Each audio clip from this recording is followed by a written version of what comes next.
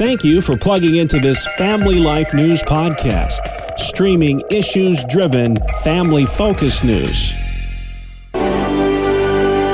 Welcome back to another edition of Hometown Heroes on Family Life. This week's guest is Pastor Eric Johns of the Buffalo Dream Center, who's been bringing attention to the city's homeless population for 25 years by joining them on the streets for a week.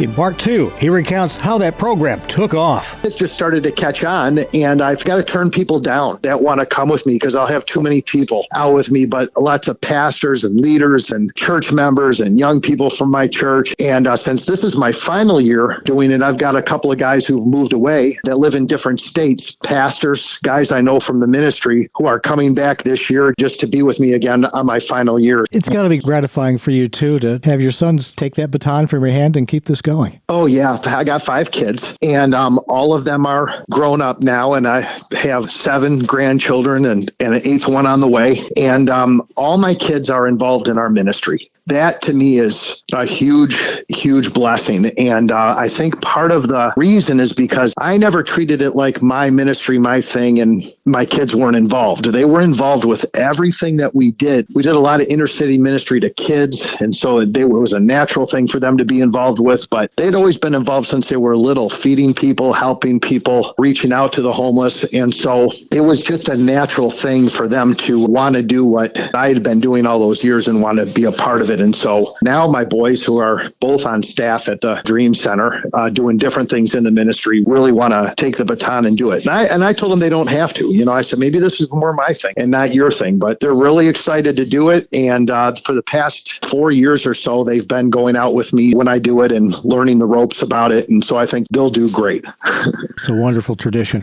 This is the kickoff for Boxes of Love. Tell me about that program and its impact. Yeah, when we began it 25 years ago, we helped 200 kids with some toys, and it's just grown to impact like thousands of people. During the month of December, we usually have more than 1,000 volunteers come through the Buffalo Dream Center, and we spend all month long. Actually, we start at the end of November. We spend that time packing bags of food. We're going to pack 3,500 bags of food this year that are going to be loaded on trucks and taken into neighborhoods. So people aren't going to come to the Dream Center for the food. We're going into targeted neighborhoods throughout Buffalo, Niagara Falls, and we're helping some churches as far as Pittsburgh, Pennsylvania, that are feeding their communities. And we're bringing the food right into the neighborhoods, and we advertise in the neighborhoods. They know we're coming. And so we're going to be able to help a lot of people that way by making the food distribution more mobile in different neighborhoods. And on top of that, we also wrap gifts for kids. So we already started at the beginning of October registering kids for toys. So we're going to probably wrap between 4,000, 5,000 toys this year. They're going to go to families that are in need. And so it's just a great opportunity to really bless our city, help families that are in need, and at the same time show the love of Jesus. And it's really an awesome thing for families to volunteer for. It's really family friendly. So we have church groups and youth groups and businesses, and people bring their families to pack bags and wrap the gifts, or to be at the distribution sites and passing them out and distributing them. And this year we're bringing the whole Boxes of Love to Honduras as well, which we have a ministry there, and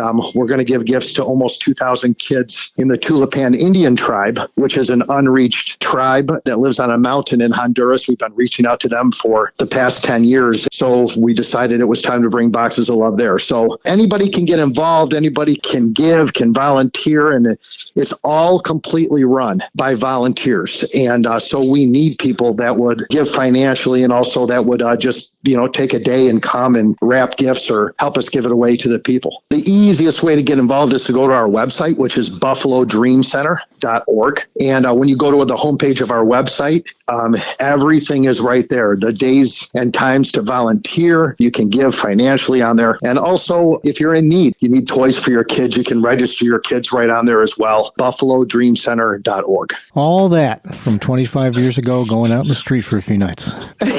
Yeah.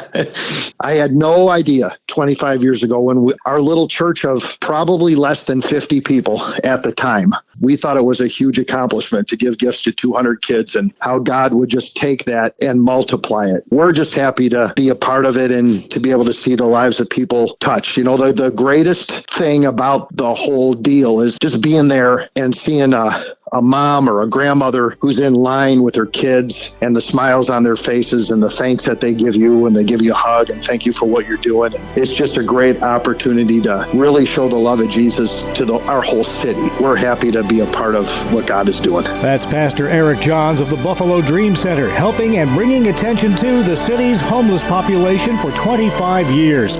Join us again next time as we search for your home, your town, your hero. It's Hometown Heroes on Family Life.